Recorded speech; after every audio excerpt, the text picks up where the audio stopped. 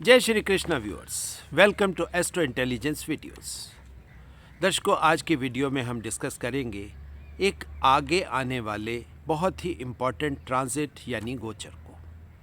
वैसे तो दर्शकों आप जानते हो कि प्लैनेट्स के गोचर आते ही रहते हैं, क्योंकि प्लैनेट्स हमेशा मूवमेंट में रहते हैं, चलते रहते हैं, सो गोचर तो आएगा। मगर कुछ गोचर लाइफ के ऊपर बहुत इम्पॉर्टेंट से इम्प्रिंट छोड़ जाते हैं, कुछ ऐसी घटनाएं दे जाते हैं जिसकी वजह से हम सभी बाध्य हो जाते हैं कि ऐसे गोचर को तो ज़रूर ध्यान में रखें। सो ऐसा ही एक गोचर आगे आने वाले समय में आने वाला है, स्पेशली 2023 में। और वो दर्शकों गोचर होगा जुपिटर का, जब जुपिटर राहु के साथ मेष राशि में इकट्ठा होने वाला है। वैसे भी देखा जाए, राहु इटसेल्फ बहुत बड़ा इम्पॉर्टेंट छाया ग्रह है। लाइफ की दशा और दिशा दोनों को परिवर्तन करने का सामर्थ्य इस प्लेनेट में है। और जुपिटर तो दर्शकों ज्ञान के देवता है, नॉलेज के देवता है। जब नॉलेज की बात आती है, तो जब नॉलेज राहु जैसे छाया ग्रह के साथ इकट्ठी होती है, तो हम कह सकते हैं कि ज्ञान और हाईएस्ट लेवल के इंटेलेक्ट का यह मिश्रण है। मगर इसी को ज्योतिष शास्त्र के कुछ ऑथर्स गुरु चंडाल योग भी कह देते हैं। हालांकि ऐसे शब्दों से मैं कभी भी एग्री नहीं होता, क्योंकि परमात्मा द्वारा बनाई गई कोई भी चीज़ चांडाल नहीं हो सकती। और स्पेशली राहु के बारे में ऐसा बोलना, क्योंकि राहु जो आपके अंदर सबसे बड़ी पॉसिबिलिटी देने की उसमें कैपेबिलिटी है, यानी कि मोक्ष तक प्रदान करने की, अमृत तक देने की। सो ऐसे प्लेनेट के साथ चांडाल शब्द थोड़ा सा अंदर को कचोटता है। मगर आज हम इन चीज़ों को डिस्कस नहीं कर रहे। आज हम डिस्कस कर रहे हैं स्पेशली गुरु और राहु जब ये इकट्ठे होने वाले हैं अगले साल।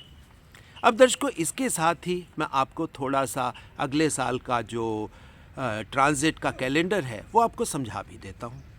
क्योंकि शनि गोचर कर रहे हैं, अगले साल चेंज कर रहे हैं, राशि परिवर्तन करके एक्वेरियस में आ रहे हैं। ये 18 जनवरी को होने वाला है। जुपिटर एरीज में आएंगे 22 अप्रैल को, और ये आएंगे अश्विनी नक्षत्र में।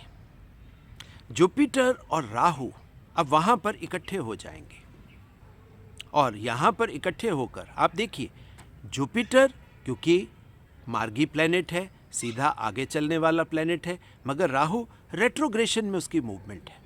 और ये दोनों इसी तरह गोचर में आगे बढ़ते हुए एक दूसरे को क्रॉस भी करने वाले हैं।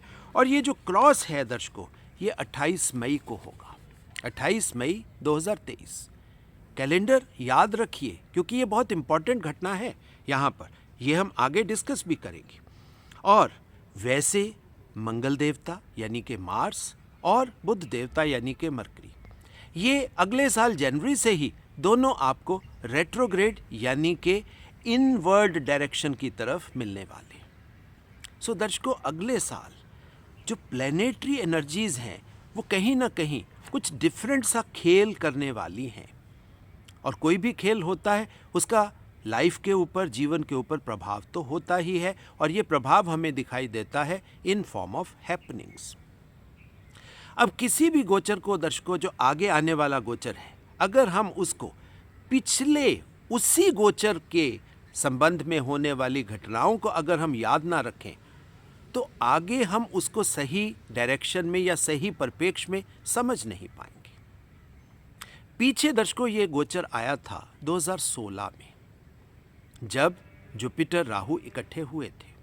और 2016 अकेला हमारे भारतवासियों के लिए नहीं, पूरे दुनिया के लिए एक इम्पॉर्टेंट ईयर साबित हुआ था।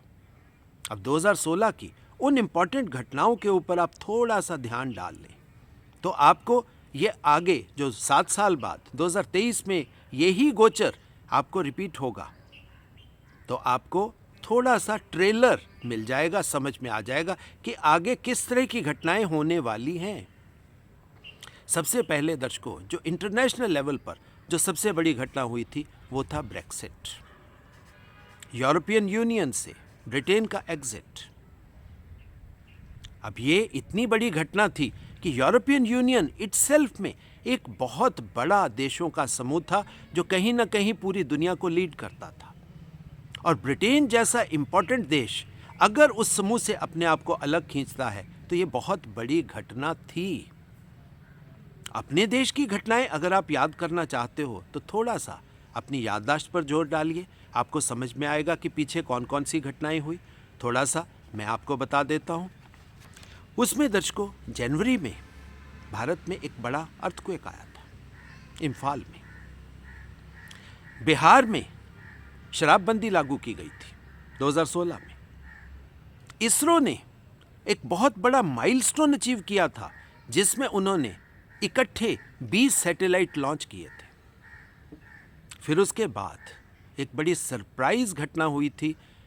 इंडियन एयरफोर्स का एक जहाज N-32 वो मिस्टीरियसली गायब हो गया था। और जो उससे भी बड़ी घटनाएं जिसने आगे आने वाले इंडियंस के लिए उनके लाइफस्टाइल को बहुत ज़्यादा प्रभावित करना था, वो था GST बिल का पास होना, गुड्स एंड सर्विस टैक्स। दर्शकों, ये बिल 2016 में ही पार्लियामेंट में पास हुआ था। और दर्शकों, वो दिन तो आप भूल ही नहीं सकते हो जिस दिन रात को 8 बजे ये अनाउंसमेंट हुई थी कि आज से 500 से 1000 रुपए के नोट प्रचलन में नहीं रहेंगे, यानी कि डीमोनेटाइजेशन। ये दर्शकों कुछ इंपॉर्टेंट घटनाएं थी जिसके बारे में मैंने सोचा कि आपको याद करवा दूं कि 2016 में जब जुपिटर और राहु इकट्ठे हुए थे तो इस तरह की हैपनिंग्स हुई थी।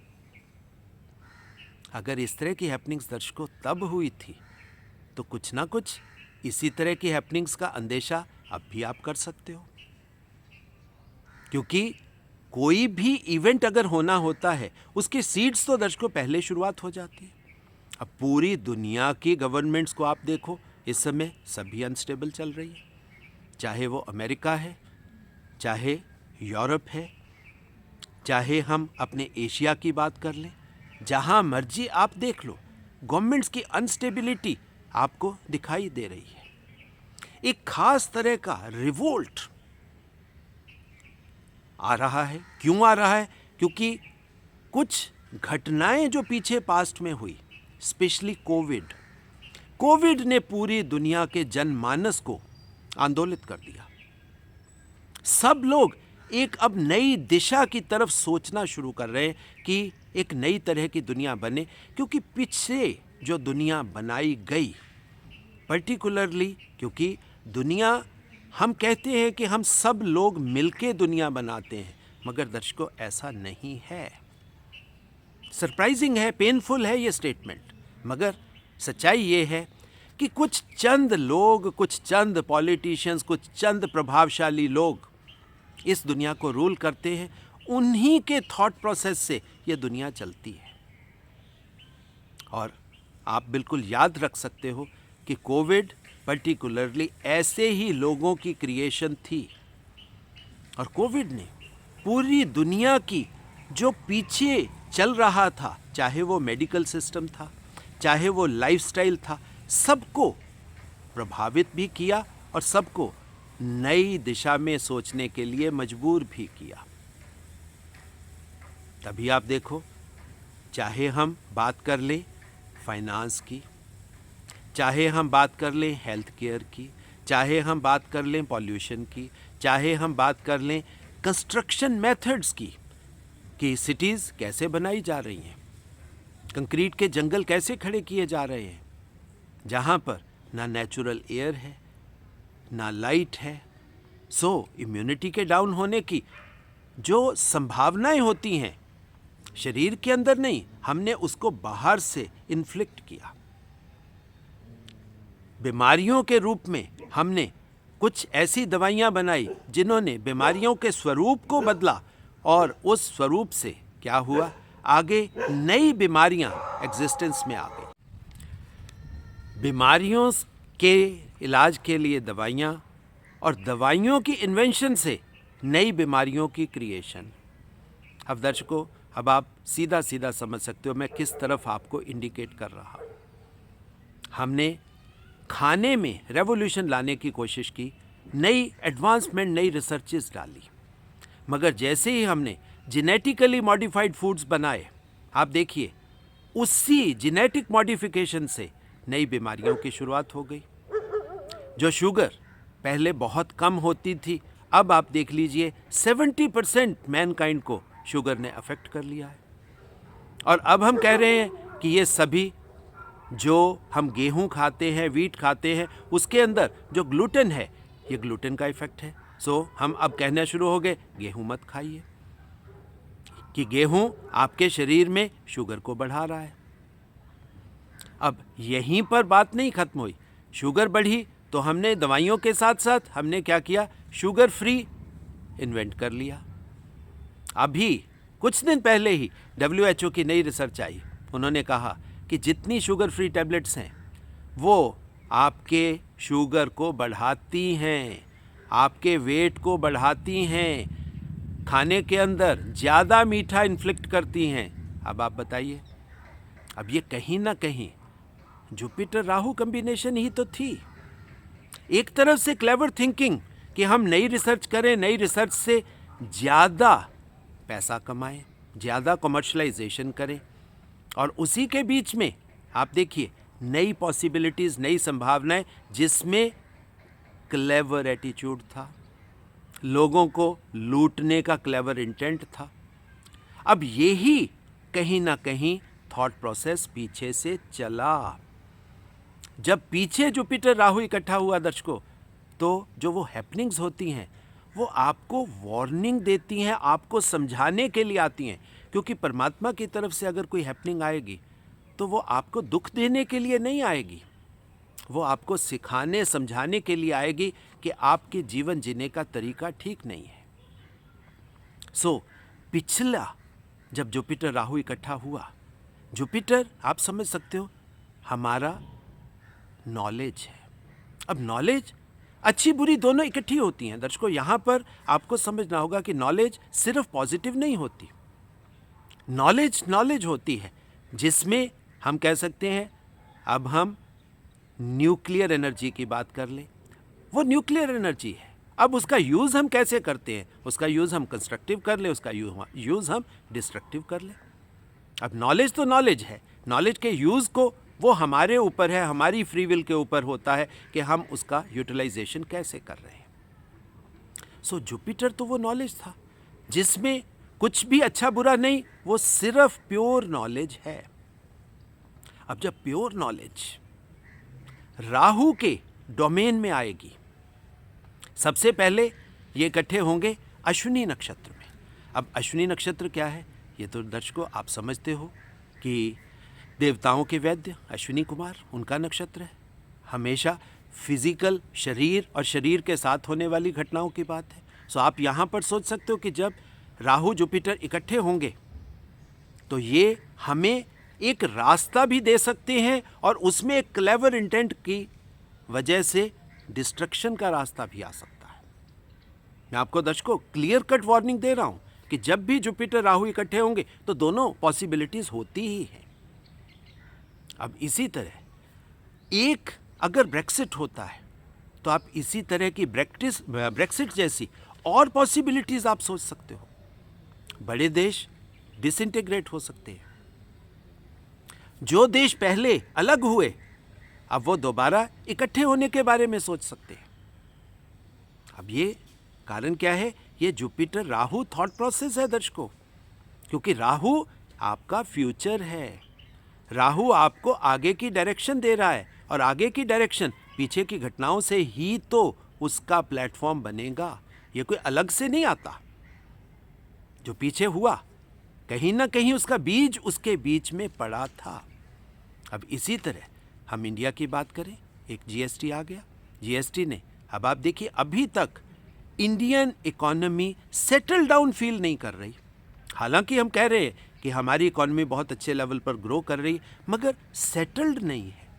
क्योंकि जीएसटी का जो थॉट प्रोसेस, जिसको सोचकर जीएसटी लाने की पॉसिबिलिटी बनी थी, वो सोच कहीं ना कहीं पूरी होती नहीं दिख रही, क्योंकि वो सिर्फ रिच को फेवर करती हुई दिख रही है। जो मिडिल क्लास और जो लोअर क्लास हैं वो अपने आप को पहले से कहीं ज़्यादा प्रेशर में फील कर रहे हैं। सो उसमें कुछ नया थॉट प्रोसेस आके कुछ इम्प्रूवमेंट की पॉसिबिलिटी जैसे ही ये दोनों प्लैनेट इकट्ठे होंगे बनेगी। और ये क्यों बनेगी, उसके पीछे एक दर्शकों लॉजिक भी है। वो लॉजिक क्या है? क्योंकि राहु फ्यूचर है, जुपिटर नॉलेज है। ये 2023 में इकट्ठे होंगे, एक दूसरे को क्रॉस कर जाएंगे, और 2024 में हमारे देश में इलेक्शन है। सो रूलिंग पार्टीज कुछ ना कुछ करना चाहेंगे जिससे पुरानी गलतियों को या तो बिल्कुल ही करेक्ट कर लिया जाए, या और नहीं उसको इम्प्रूव ज़रूर कर दिया जाए। सो जीएसटी में आप इस तरह की पॉसिबिलिटीज सोच सकते हो। उसके बाद डीमोनेटाइजेशन। दर्शकों, ये एक ऐसा सब्जेक्ट था जिसने इंडियन साइकोलॉजी को बहुत ज़्यादा डीपली इफेक्ट किया, क्योंकि सोच गलत नहीं थी, सोच बिल्कुल ठीक थी। ब्लैक मनी थी इंडिया में, तो इंडिया की ब्लैक मनी को निकालने के लिए अब बहुत लोगों का ब्रेन लगा होगा, बहुत लोगों ने सोचा होगा कि भाई इस ब्लैक मनी को अगर निकालना है तो कैसे निकाला जाए। उन्होंने अपने तरीके से ये सोचा कि अगर हम ये नोटबंदी कर देते हैं तो नोटबंदी करने से क्या होगा कि ब्लैक मनी, क्योंकि ज़्यादा पैसा जो ब्लैक का काम करने वाले हैं उन्हीं के पास इकट्ठा हो जाता है उसको, और वो स्विस बैंकों से लेकर जितने फॉरेन मतलब बैंक्स हैं वहाँ पे वो पैसा इकट्ठा हो जाता है। वो पैसे को निकलवाने के लिए ये डिमोनेटाइजेशन का सोचा गया। अब आप सब जानते हो कि ये डिसीज़न कहीं ना कहीं ठीक साबित तो नहीं हुआ। गवर्नमेंट के ऊपर अननेसेसरी प्रेशर पड़ा, उनकी डिसीजन मेकिंग कैपेबिलिटी को भी क्वेश्चन किया गया। हालांकि आप देखिए इंटेंट बहुत पॉजिटिव था, मगर हर डिसीजन सही जाए ये ज़रूरी नहीं होता, क्योंकि कोई भी डिसीजन होता है उसका प्लस और माइनस यानी कि पॉजिटिव नेगेटिव वो दोनों पॉसिबिलिटीज़ हमेशा होती हैं। सो कोई भी गवर्नमेंट ऐसे तो सोच के कोई डिसीज़न लेगी नहीं कि हमने सबका नुकसान करना है। वो अपने तरीके से अपना थिंक टैंक लगाते हैं कि बढ़िया से बढ़िया डिसीज़न लिया जाए। सो अब यहाँ पर दर्शकों, जब आप देख सकते हो कि 7 साल में ब्लैक मनी जिसके लिए डिमोनेटाइजेशन किया गया था, जब वो हुआ नहीं, तो हो सकता है इस टाइप की कोई डिसीज़न आ जाए। क्यों? क्योंकि यहाँ पर अब आप क्लियरली समझ सकते हो कि ये जो मूवमेंट्स हैं ये मूवमेंट्स कैसे होनी है। अश्विनी नक्षत्र में है, मगर अश्विनी नक्षत्र एक है, अश्विनी के बाद भरणी आना है। आप नक्षत्रों का खेल भी तो देखिए। अश्विनी किसका है? केतु महाराज का नक्षत्र है, बट भरणी तो शुक्र का है। तो शुक्र से संबंधित कुछ घटनाएं होने की पॉसिबिलिटी बन सकती है।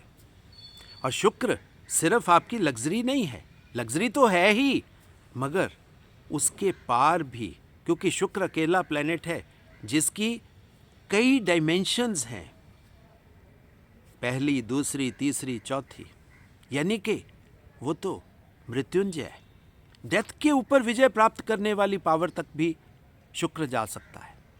सो उस दिशा में भी आपको कुछ नई संभावनाएं देखने को मिल सकती हैं। हमारी इकोनॉमी के ग्रो होने के चांसेस बन सकते हैं, मगर कुछ नक्षत्र के जातकों के लिए ये गोचर दर्शकों अच्छा नहीं होने वाला। हालांकि मुझे कष्ट हो रहा है ये बताते हुए कि पर्टिकुलरली कुछ नक्षत्र के जातक होंगे जिनके लिए ये गोचर अच्छा फल नहीं देगा। और वो कौन कौन से होने वाले हैं? और वो नक्षत्र होने वाले हैं दर्शकों, अश्विनी, रोहिणी, शतभिषा, अनुराधा और पूर्व फाल्गुनी। थोड़ा सा इम्पैक्ट पूर्व भाद्रपद पर भी आएगा। सो इन नक्षत्रों के ऊपर संभावनाएं दर्शकों बनने वाली हैं। अब कोई भी गोचर होता है दर्शकों, उसका इम्पैक्ट आप अपने चार्ट से लगाने का प्रयास करते हो, मगर उसको आप सही तरीके से अपने चार्ट में देखिए कि आपके चार्ट में प्लैनेट्स कहाँ कहाँ पड़े हैं, कौन से गोचर का आपके चार्ट में कैसा प्रभाव आ रहा है, वो जानना आपके लिए बहुत ज़रूरी है। मगर जब गोचर आता है तो कुछ ऐसी हैपनिंग्स होती हैं, क्योंकि गोचर क्या है, बेसिकली ये एनवायरमेंटल एनर्जी है। यानी हम कह सकते हैं कि जो एनर्जी बाहर हमारे एनवायरनमेंट में पड़ी थी, अब वो एनर्जी पूरे रूप से हमारे ऊपर प्रभाव डाल रही है, जिसमें हम भी हैं और पूरी दुनिया भी है। सो यूनिवर्सल कॉन्शियसनेस पर गोचर का प्रभाव आता है। अब यहाँ पर दर्शकों एक मैं सुखद घटना आपको बताना भूल गया। बड़ी अच्छी घटना थी। वही साल था जब इंडिया में एक कानून सुप्रीम कोर्ट ने एंडोर्स किया कि आप सिनेमा घरों में नेशनल एंथम यानी कि हमारा राष्ट्रगान बजना जरूरी है और सब वहाँ पर देश को इज्जत देते हुए बिल्कुल आदर सहित खड़े हो जाए। अब ये भी दर्शकों जुपिटर राहु ही था। राहु को हमेशा चंडाल के रूप में, दैत्य के रूप में सोचना बंद कर दीजिए, क्योंकि जब जुपिटर इकट्ठा होता है तो ऐसे तो है नहीं। राहु क्लेवर है, मैं मानता हूं, चालाक है, मगर अब चालाक तो भगवान कृष्ण भी है। सो भगवान कृष्ण के बहुत सी आप जीवन की घटनाओं से आप समझ सकते हो कि यहां पर वो जुपिटर राहु का कॉम्बिनेशन ही है। उन्होंने कोई प्रॉब्लम नहीं, उन्होंने कहा आप मुझे रणछोड़ दास कहना चाहते हो कह लो, मगर मैं ये रन छोड़ रहा हूं एक पर्टिकुलर बड़े पर्पस को अचीव करने के लिए। सो दर्शकों, जब भी जुपिटर राहु आएगा, सब चीज बुरी हो, सब चीज गलत हो, ऐसा नहीं होगा। नई संभावनाएं, जिस नई संभावनाओं से नए जीवन का सृजन होगा, नई पॉसिबिलिटीज क्रिएट होंगी, वो हो सकता है। और इसके अंदर जो साथ में दूसरे प्लैनेट्स हैं जो अलग तरीके से गोचर कर रहे हैं, क्योंकि पिछली बार जब जुपिटर राहु थे वो कहीं और गोचर हो रहा था। अब ये मैं आपको बात बता दूं कि आप कहीं उसी थॉट प्रोसेस से इन्फ्लुएंस होकर सोचना ना शुरू कर दो। अब ये पर्टिकुलरली मेष राशि में है, एरीज में है, स्पेशली स्टार्ट कहां से होगा, अश्विनी नक्षत्र से होगा। और साथ में जो बाकी प्लेनेट हैं, शनि इस बार कहां पड़ा है, एक्वेरियस में है, और एक्वेरियस में लंबे समय तक है, क्योंकि शनि किसी भी राशि में जाएंगे 2.5 साल वही है। अब और इंपॉर्टेंट प्लेनेट जो पूरे जनमानस को इन्फ्लुएंस करते हैं वो हैं मरकरी, मार्स। अब मरकरी मार्स दोनों दर्शकों 2023 में आपको रेट्रोग्रेशन में मिलने वाले। सो यहां पर आपको एक्सट्रोवर्ट इंपैक्ट नहीं मिलने वाला, इंट्रोवर्ट, अंदर की तरफ जो एनर्जीज हमारे जीवन को अंदर की तरफ से प्रभावित करेंगी, यहां पर वो चीजें होने की पॉसिबिलिटी है। और जुपिटर राहु से मैं तो बहुत अच्छी संभावनाएं भी देख रहा हूं। जुपिटर को हम धर्म कहते हैं, जुपिटर को हम डेस्टिनी, भाग्य कहते हैं। जुपिटर वो नॉलेज है जिससे हम क्रिएट हुए। अगर ये नॉलेज, क्रिएशन की नॉलेज राहु के साथ मिलकर, राहु क्या करता है, उसको बूस्ट कर देता है, बूस्टर इफेक्ट देता है, उसको एक्सपेंड कर देता है। और जुपिटर इटसेल्फ एक्सपेंड करने वाला प्लैनेट है।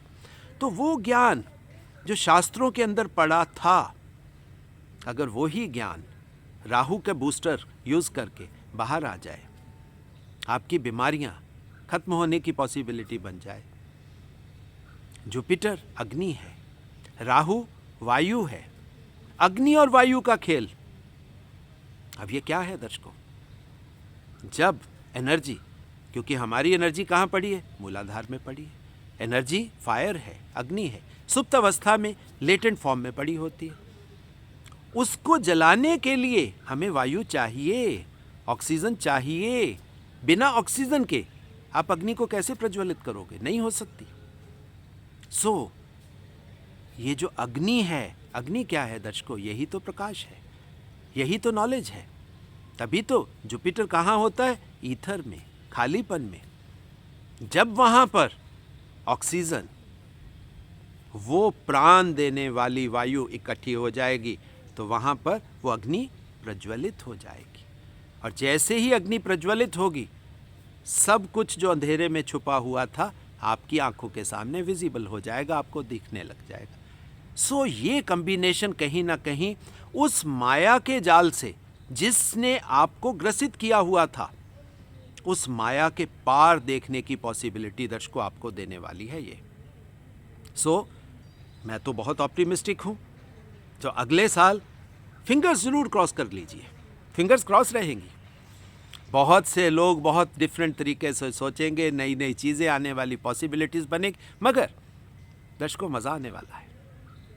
सो इस फन पार्टी के लिए, नई हैपनिंग्स के लिए, नई दुनिया की क्रिएशन के लिए तैयार हो जाइए, क्योंकि जब तक आप अंदर से तैयार नहीं होंगे तो बाहर से अकेला वो तैयारी नहीं होती। सो अगर बाहर प्लैनेट्स की पार्टी होगी तो आप भी उस पार्टी में उसी ऑप्टिमिज्म से, उसी थॉट प्रोसेस से, उसी इंटेंट से उस पार्टी में सम्मिलित हो जाइए। ये था दर्शकों मेरा छोटा सा निवेदन आपके लिए। बाकी जो निवेदन हर वीडियो में मैं आपसे करता हूँ कि एस्ट्रो इंटेलिजेंस आपका अपना चैनल है, वैदिक ज्योतिष की ज्ञान का चैनल है। इस चैनल को ज़्यादा से ज़्यादा प्यार दें, लाइक करें, शेयर करें, सब्सक्राइब करें, मगर साथ में बेल आइकन बटन दबाना ना भूलें, क्योंकि दर्शकों की ये कॉमन कंप्लेंट रहती है कि सर आपकी नोटिफिकेशन हमें नहीं मिल पाती। क्योंकि वो इसलिए नहीं मिल पाती क्योंकि आपने बेल आइकन बटन नहीं प्रेस किया। और जब आप बेल आइकन बटन प्रेस कर देंगे तो हर वीडियो की नोटिफिकेशन दर्शकों आपको मिलेगी। और जो दर्शक अपने चार्ट मुझसे एनालाइज करवाना चाहते हैं, हमारे इंस्टीट्यूट में एडुकेशन लेना चाहते हैं, ज्योतिष को जीवन के साथ मिलाकर अपने जीवन को समझना चाहते हैं, उन सभी के लिए मेरा एक ही फ़ोन नंबर है, क्योंकि निवेदन ही होता है। सो फ़ोन नंबर दर्शकों आप नोट कर लीजिए, 9888164480। उसी के माध्यम से आप मुझसे संपर्क स्थापित कर सकते हो। सो दर्शकों अगली वीडियो तक बहुत बहुत आशीर्वाद, बहुत बहुत प्यार।